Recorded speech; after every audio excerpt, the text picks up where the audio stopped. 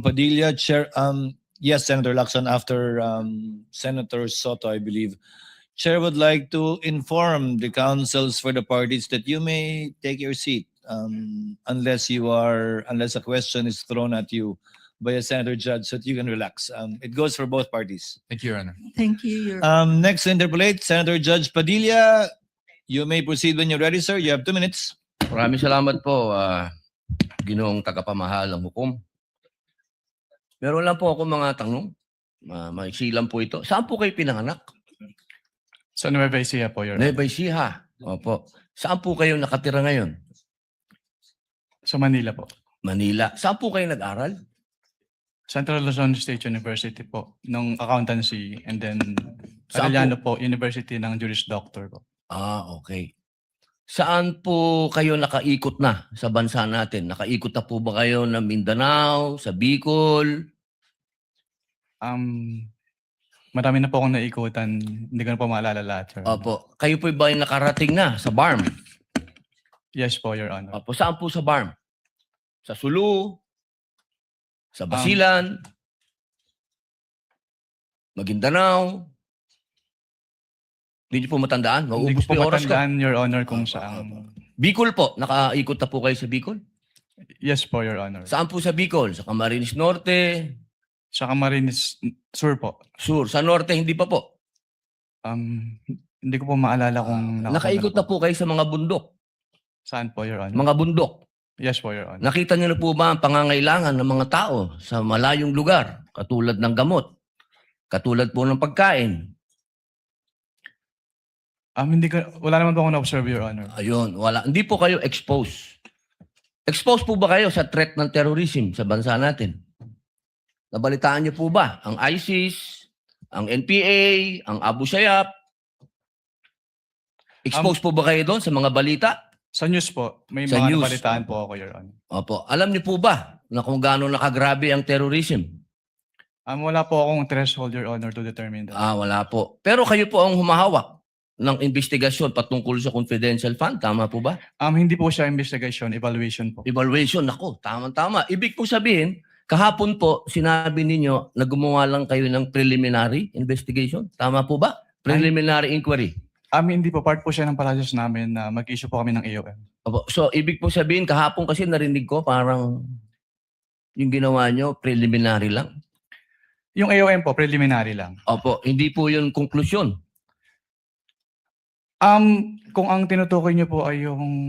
Meron po kasing provision as to the joint circular as to tinatawag na prima facie. Pakisagot na lang po kung conclusion ba po yun? Final? Final? Hindi po kasi we require So, hindi them. po final. Based Boss, on the AOM po. konti lang po oras ko, hindi po final. Sa AOM po, yung AOM po hindi po final. Hindi po final. Opo. Kayo po ba ay naniniwala na ang mga confidential agent ay dapat magpakilala? Sabihin ng kanilang mga totoong pangalan? Wala pong provision as to that po sa joint circular, Your Honor. Opo. Kayo po mismo, palagay niyo po, sa personal po ninyong pagkakaintindi, ang mga confidential agent dapat po bang magpakilala? Since that calls for an opinion, hindi po ako authorized to express that, Your Honor. Ano pong definition niya ng confidential? Based on the joint circular po, ang confidential expenses ay yung... Hindi po expenses, confidential lang po. Bilang kayo po ay abogado, ano pong pagkakaintindi niyo sa confidential? classified po, Your Honor. Okay. Boss, sa next na lang po akong round. Thank you, Senator Salamat Judge po. Padilla. You may avail of the second round. Next would be Senator Judge Marcos. You are recognized, ma'am. You may proceed when you're ready. You have 2 minutes. Thank you very much, Presiding Judge. Okay, kanina sinabi mo na hindi ka umabot doon sa notice of disallowance pero andun pa rin sa ICBAO nung na-release yung notice of suspension, di ba? Yes po, Your Honor. Okay. So, doon sa notice of suspension, katulad ng disallowance, nasabi mo, kahit wala ka na ron, you were made aware kasi nabalitaan mo, pinagbawal ba ng COA yung mga confidential expenses dahil peke o fictitious, gawa-gawa lang yung mga AR?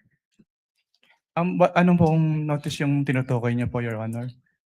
Doon sa mga AR ng OVP, meron bang sinabi na gawa-gawa lang, hindi tunay, peke? Dahil hindi po yan yung focus ng audit namin, wala po kaming basis para magkaroon ng findings po doon sa mga sinasabi niyo. So ang sagot, no. Walang sinasabi na fictitious yung AR. At doon sa AOM, pati sa suspension, ganun na rin sa ND, sinabi ba ng COA na yung AR and documentary evidence of payments, yung DEP, peke, falsipikado, huwad? Since hindi po yan yung focus ng audit po namin, wala po kaming findings about that, Your Honor. Sinabi ba doon na falsipikado yung DEP at saka yung AR? Na it was forged, kumbaga? Wala pong ganong findings, Your Honor. Wala rin, di ba? At doon sa mga pangalan ng mga recipient ng award, tama ba ako sa pagkaintindi na hindi rin sinita ng COA yung mga kakaibang pangalan tulad ng Mary Grace Piatos, Ann Dilim, etc. Ang sinabi at binanggit talaga ng COA ay yung mga datos na hindi tumutugma. Tama ba? Since what we did is compliance audit po at wala namang provision yung circular as to the use of aliases, yes po, wala po kaming findings. Kasi about that. sabi mo nga, neither allowed nor prohibited. Tama po. So, doon sa AOM at sa notice of suspension, the names of these reward recipients was never raised by COA. Di ba? Yes po. Tama. Dahil nangyayari talaga na kakaibang pangalan ang binibigay kapag confidential or intelligence fund. Kaya isa pang tanong ko, dun sa notice of suspension, pati na rin sa ND, ang pagkaintindi natin, final ba ito o hindi? Kapag sinabi po kasing notice of disallowance under the joint circular, meron na pong obligation to restitute agad. Tama, final siya sa COA. Pero kahit ang desisyon ng COA, pwedeng dalhin sa Supreme Court para maging pinal na pinal. Di po ba? I-clarify ko lang po, kapag dumating na po kasi sa Supreme Court, ang tanging ground na lang po dyan ay grave abuse of discretion amounting to lack or excess of jurisdiction. So wala na pong kinalaman po yung factual matters. Ganun nga, talaga naman na matters of fact, hindi naman rin na-raise sa Supreme Court, tama ka doon. Pero hindi pinal. Pwedeng dalhin sa Korte Suprema. At no point are these final. I-clarify ko lang po yung decision po ng COA to restitute ay hindi po apektado nung pag-file sa Supreme Court. So kahit mag-file po sila ng petition for certiorari sa Supreme Court, kailangan na po nilang ibalik kaagad. Kasi yung pendency po ng petition for certiorari, hindi po niya na-stay yung obligation to restitute. Naintindihan natin yun, pero hindi pa tapos ang kaso. Pwede pang dalhin sa Korte Suprema, hindi po ba? At saka dun sa notice of suspension, balikan ko lang, was there a finding na ginamit sa pansarili yung mga confidential funds ng OVP? That is a presumption po under joint circular. Misappropriated ba yun? Kindly wrap up. That is a Senator presumption Judge po. Marcos. Hindi po kailangan directly sabihin kasi nagkaroon po ng presumption. Pero hindi sinabi. Sa madaling sabi, Pero dahil wala presumption talagang po siya, hindi po siya kailangan sabihin, Your Honor. Naintindihan ko, pero wala doon. Is there a COA finding na ninakaw ang confidential funds doon sa various AOMs and notice? Meron bang sinasabi doon na ninakaw? It was stolen? There is a prima facie evidence na nagamit po siya for personal use or benefit under the joint circular. Kaya nga, Kindly wrap up, Senator Judge Marcos. yes, Yun avail of I round two. am done, but I have questions kung may second round. There will be a round two, and I will register you, Senator Judge Marcos. Thank you,